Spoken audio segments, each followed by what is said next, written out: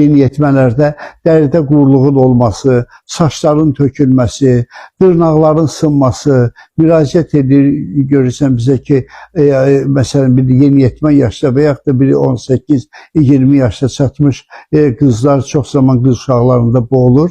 Fizioloji qan itirmə ilə də bu bağlı olur ki, dırnaqlarımı uzada bilmirəm, saçımı darayıram, elə oz tökülür. Bu, doktor, heç bilmirəm, gedmişəm kosmetoloqa, müalicə almışam, amma bir nəticəsi yoxdur. Bu da dəmir defisitli anemiyanın simptomlarından, o yaş üçün ən xarakterik olan simptomlarındandır. Sonraki yaşlarda dəmir defisitli anemiyanın verdiyi simptomlardan udma aktının çətinləşməsi.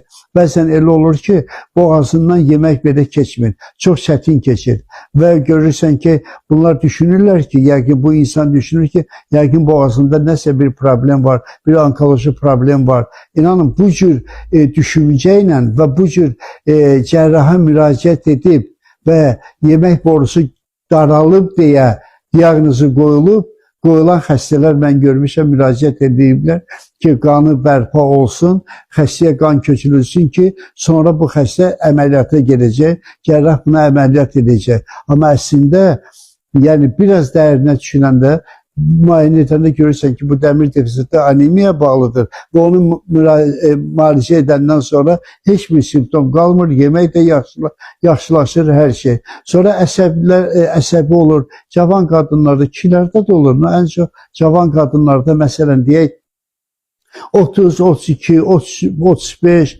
38 yaşında qadınlarda nerv sistemində, əsəb sistemində pozğunluğun olması, yuxu pozğunluğunun olması, görürsən, ən adi bir şeyi ürəyinə salıb böyütməyi, səhərə qədər fikirdən yatmamağı və məcbur olur nevropatoloqa müraciət edir. Əslində, burada nevroloji heç bir şey yoxdur.